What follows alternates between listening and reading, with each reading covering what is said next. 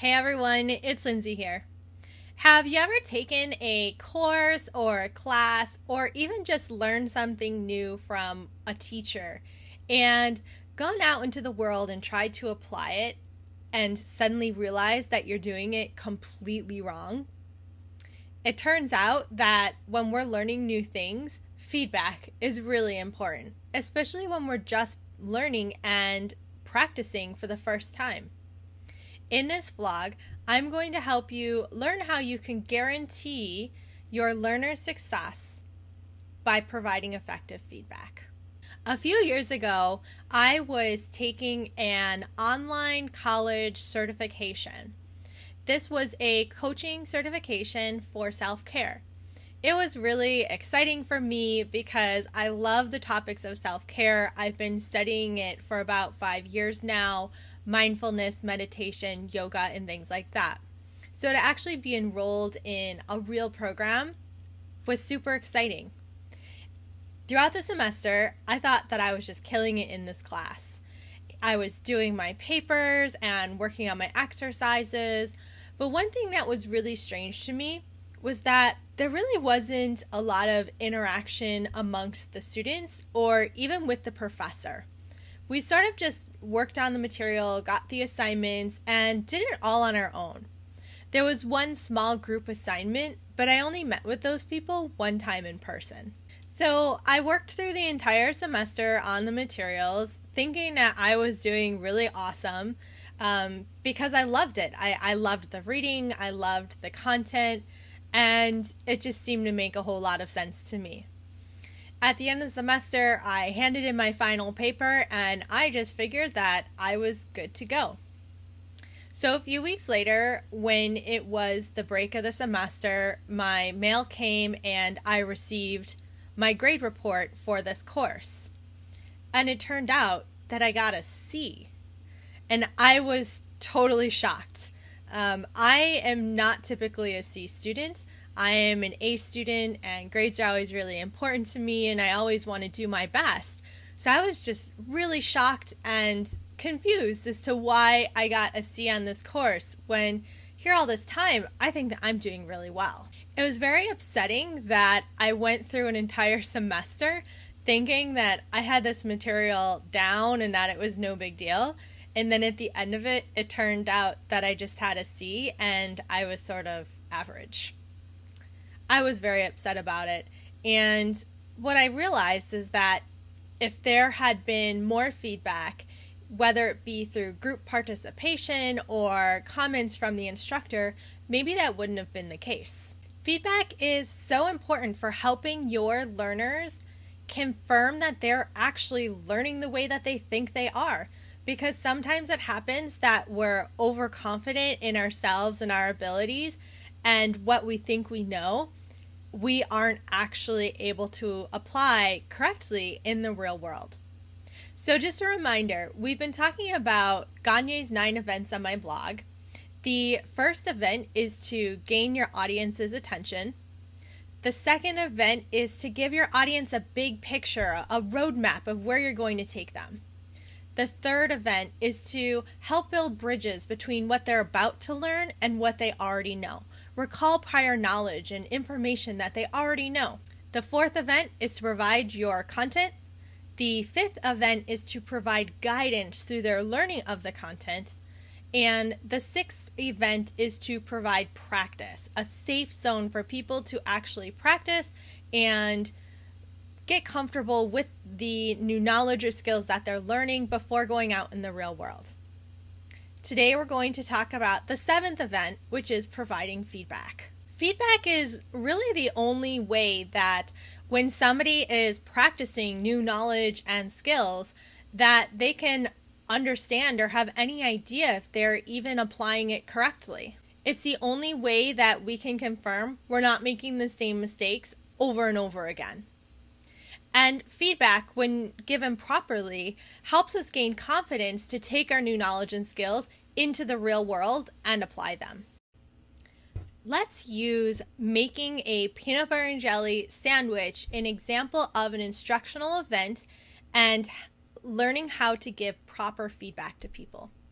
So I have this new online course, if you didn't hear about it. It is how to make the best peanut butter and jelly sandwich. And not only the best, but the most organized and structured, and even promoting a very clean workspace, making a peanut butter and jelly sandwich. In my course, I give video instruction as well as a PDF little job aid thingy they can download and stick on their cupboard while they're making their sandwich. But I walk through the process of creating a peanut butter and jelly sandwich. As the practice activity, before having to go make peanut butter and jelly sandwiches for all of their family and friends, the students have to create a peanut butter and jelly sandwich in the comfort of their own kitchen and make a video of the process. The video is really important because it allows them to give self-feedback and watch themselves on how they prep, and if they, accidentally grabbed the wrong knife or they left too many crumbs there. But then we also take the video and we're putting them in our online forum so that participants and the learners can give each other feedback, as well as I can provide feedback as an instructor. Not only does this give the learner feedback and help on improving their own skills for making a peanut butter and jelly sandwich, it also helps promote critical thinking and analytical skills of the other people in the course. It helps raise everybody's learning up a level. Because when you can look at a process and be able to determine what things are maybe not being done in the best way, that helps you learn and you apply your own learning even more.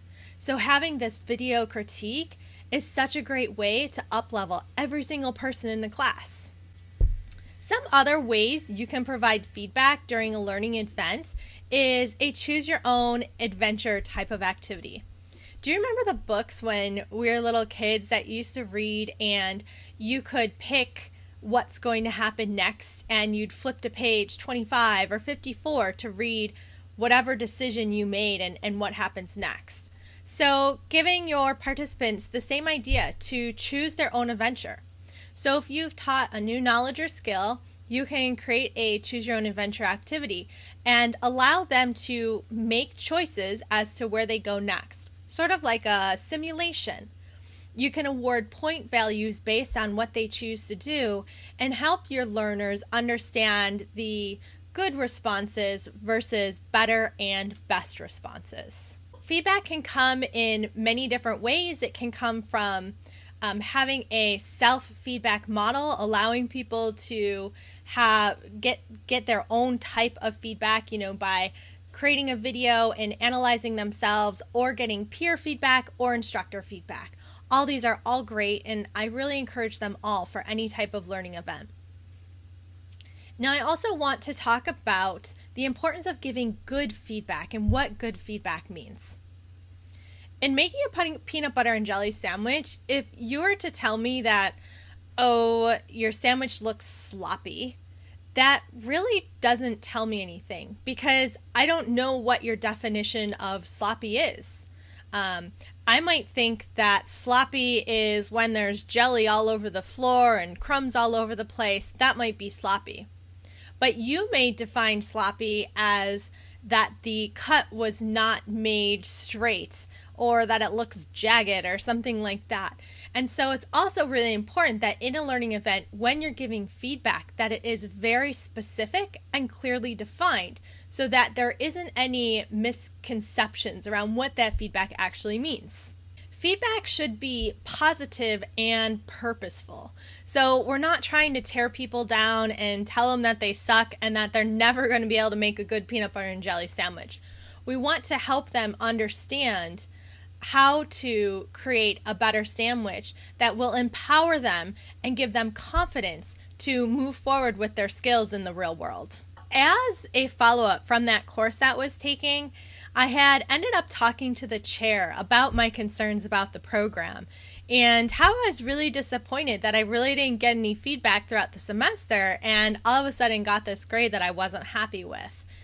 And the result of that was that it was just an online course, and that's sort of what I should have expected. But here's the thing. For me, when I'm taking an online course or I'm delivering something to people, communication is probably more important than ever. When you're not face to face with people, you don't have the ability to make direct eye contact and to view body gestures and things like that. So communication is so critical. Because of how I felt the stance of the program was and that it really didn't matter, I ended up unenrolling from the program and not continuing it. So I'd like to know a little bit more around your own feedback experiences and what you think about it. Please feel free to drop me some comments below. Have a great day.